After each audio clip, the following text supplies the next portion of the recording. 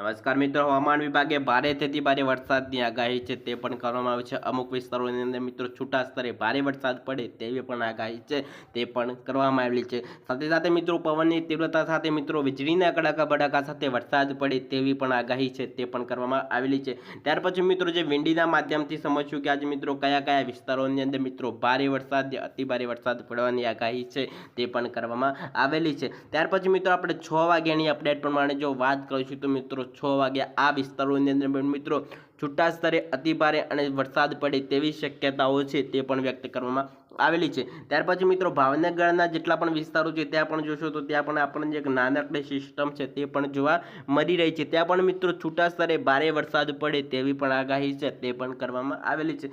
રાજકોટના કેટલાક વિસ્તારો છે, જૂનાગઢના કેટલાક વિસ્તારો છે અને જામનગરના કેટલાક વિસ્તારો છે, તેવા વિસ્તારોની અંદર મિત્રો છૂટા સ્તરે હળવો મધ્યમ વરસાદ પડે તેવી પણ આગાહી છે તે પણ કરવામાં આવેલી છે। ત્યાર પછી મિત્રો જો વાત કરીએ તો જેટલો પણ મિત્રો ગાંધીધામ છે, નલિયા છે, કોહાના જેટલા પણ વિસ્તારો છે, પોરબંદરના વિસ્તારો છે, તેવા પણ વિસ્તારોની અંદર પણ મિત્રો છૂટા સ્તરે એકાદું ઝાપટું છે તે પણ આપણને જોવા મળી શકે છે। ત્યાર પછી મિત્રો અહેમદાબાદના કેટલાક વિસ્તારો છે, મહેસાણાના કેટલાક વિસ્તારો છે, વડોદરાના કેટલાક વિસ્તારો છે, સુરતના કેટલાક વિસ્તારો છે, આવા પણ વિસ્તારોની અંદર પણ મિત્રો છૂટો છવાય હળવોથી મધ્યમ વરસાદ પડે તેવી પણ આગાહી છે તે પણ કરવામાં આવેલી છે। કોઈ પણ જગ્યાએ મિત્રો ભારે અતિ ભારે વરસાદ પડે તેવી કોઈ પણ આગાહી છે તે પણ નથી કરવામાં આવી। તમને મિત્રો આ 6 વાગ્યાની અપડેટ તો આપી દીધી। હવે મિત્રો તમને રાત્રે હવે મિત્રો 9 વાગ્યાની અપડેટ પણ સાથે સાથે આપી દે તો મિત્રો 9 વાગે રાત્રે વરસાદ કેવો છે તે આપણને જોવા મળવાનો છે। 9 વાગ્યાની અપડેટ પ્રમાણે જો વાત કરીશું તો આ વિસ્તારોની અંદર પણ મિત્રો છૂટા સ્તરે ભારે વરસાદ પડે તેવી પણ શક્યતાઓ છે તે પણ વ્યક્ત કરવામાં આવે છે। ને કયા વિસ્તારોની અંદર મિત્રો ભારે વરસાદ પડવાનો છે અને કયા વિસ્તારોની અંદર મિત્રો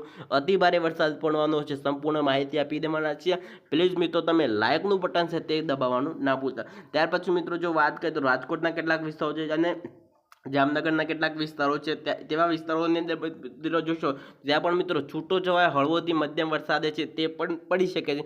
ત્યાં પણ મિત્રો કોઈ ભારે અતિ ભારે વરસાદ પડે તેવી શક્યતાઓ નથી। ત્યાર પછી મિત્રો આપણે સાબરકાંઠાના જે વિસ્તારોની અંદર પણ વાત કરીશું તો ત્યાં પણ મિત્રો રાત્રે 9 વાગે કેવો વરસાદ છે તે આપણને જોવા મળવાનો છે। 9 વાગ્યાની અપડેટ પ્રમાણે જો વાત કરીશું તો કપડવંજના કેટલાક વિસ્તારો છે, નડિયાદના કેટલાક વિસ્તારો છે, ધોળકાના કેટલાક વિસ્તારો છે, અહેમદાબાદના કેટલાક વિસ્તારો છે, લુણાવાડાના કેટલાક વિસ્તારો છે, ગોધરાના કેટલાક વિસ્તારો છે, વડોદરાના કેટલાક વિસ્તારો છે, ત્યાર પછી મિત્રો દાહોદના કેટલાક વિસ્તારો છે, આવા વિસ્તારોની અંદર પણ મિત્રો છૂટા સ્તરે હળવોથી મધ્યમ વરસાદ છે તે પણ આપણને જોવા મળી શકે છે। ભારે વરસાદ છે મિત્રો આપણને ક્યાંય પણ જોવા નથી મળવાનો। ત્યાર પછી મિત્રો જો વાત કરીએ તો આપણે મિત્રો રાત્રે 9 વાગ્યાની રાત્રે મિત્રો આપણે 12 વાગ્યાની અપડેટ પ્રમાણે જો વાત કરીશું તો રાત્રે આપણને કેવો વરસાદ છે તે આપણને જોવા મળવાનું છે। રાત્રે 12 વાગ્યાની અપડેટ પ્રમાણે વાત કરીએ તો કપડવંજના કેટલાક વિસ્તારો છે, લુણાવાડાના કેટલાક વિસ્તારો છે, ગોધરાના કેટલાક વિસ્તારો છે, ત્યાર પછી મિત્રો આ વિસ્તારોની અંદર તમે જોશો તો મિત્રો વરસાદ પડે તેવી શક્યતાઓ છે તે પણ વ્યક્ત કરવામાં છે। કોઈ જગ્યાએ મિત્રો ભારે અતિ ભારે વરસાદ પડે તેવી આગાહીઓ નથી કરવામાં। ત્યાર પછી મિત્રો અહેમદાબાદના કેટલાક વિસ્તારો છે, ધોળકાના કેટલાક વિસ્તારો છે, સુરેન્દ્રગઢ છે, કુડા છે, વિરમગામ છે, મહેસાણા છે, ચોટીલા છે, ત્યાર પછી મિત્રો આવા વિસ્તારોની અંદર પણ મિત્રો છૂટા સ્તરે હળવોથી મધ્યમ વરસાદ પડે તેવી શક્યતાઓ છે વ્યક્ત કરવામાં આવી છે। ભારે અતિ ભારે વરસાદની આગાહી છે મિત્રો કોઈ જગ્યાએ નથી કરવામાં આવી। વાત કરીએ મિત્રોને સાબરકાંઠા, અરવલ્લી અને મહીસાગર તે વિસ્તારોની અંદર પણ મિત્રો છૂટા સ્તરે અમુક જગ્યાએ ભારે વરસાદ પડે તેવી પણ આગાહી છે તે પણ કરવામાં આવેલી છે। ત્યાર પછી મિત્રો દરિયા કિનારેની જો વાત કરીએ તો દરિયા કિનારે આપણને મિત્રો 12 વાગે કેવો વરસાદ છે તે આપણને જોવા મળવાનું છે।